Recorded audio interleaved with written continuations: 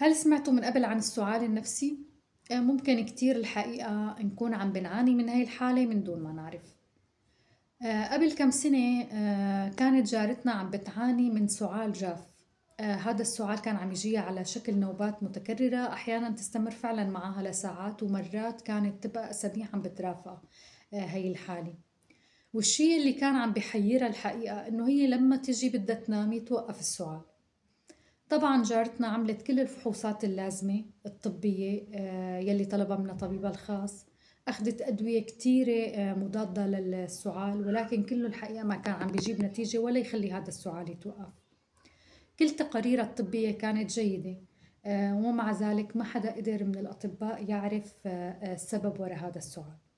لحد ما إجا يوم وزار الطبيب، طبعًا متل أي طبيب تاني طلب منها تعمل بعض الفحوصات، بعض الإجراءات الطبية، ولمّا تأكد بإنه هي كل فحوصاتها إيجابية، بلّش يسألها عن حالتها النفسية، وإذا هي فعلًا عم بتمر بفترة صعبة، عم بتعيش ضغوطات معيّنة، وهيك لحد ما نصحها بإنه هي ضروري تشوف معالج نفسي، لإنه كتير من المُرجح إنه يكون سبب هذا السُّعال يلّي عم بتعاني منّه هو التوتر والقلق.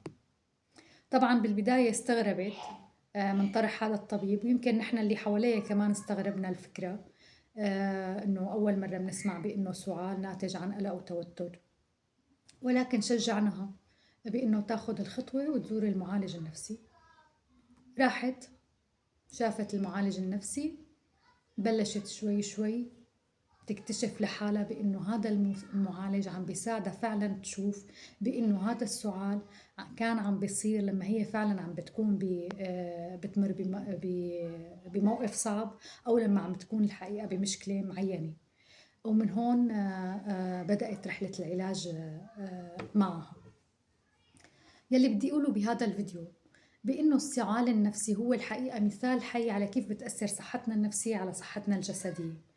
وكيف بتعكس هاي الحالة الارتباط الوثيق بين العقل والجسد. وطبعا هذا النوع من السُّعال بيتطلب التشخيص الصحيح والفهم العميق للشخص المصاب فيه، الفهم العميق طبعا للحالة النفسية بقصد للشخص المصاب فيه، لحتى يكون فعلا في رحلة علاج صحيحة للتشافي والتعافي من هذا النوع من السُّعال. لإنه هذا النوع من السُّعال الحقيقة ما بيكون ناتج عن أسباب أو مشكلات صحية متل الربو أو متل أمراض الرئة أو العدوى، يعني ما في أسباب عضوية لهذا النوع من السُّعال، أسبابه كلها ذات منشأ نفسي. توتر، القلق، الضغط اليومي، المواقف الصعبة، القلق المزمن، كله هذا ممكن يترجم بشكل سُّعال. الاضطرابات النفسية، الاكتئاب، اضطرابات القلق يلّي بتأدي لاضطرابات أو أعراض جسدية منها هذا السُّعال.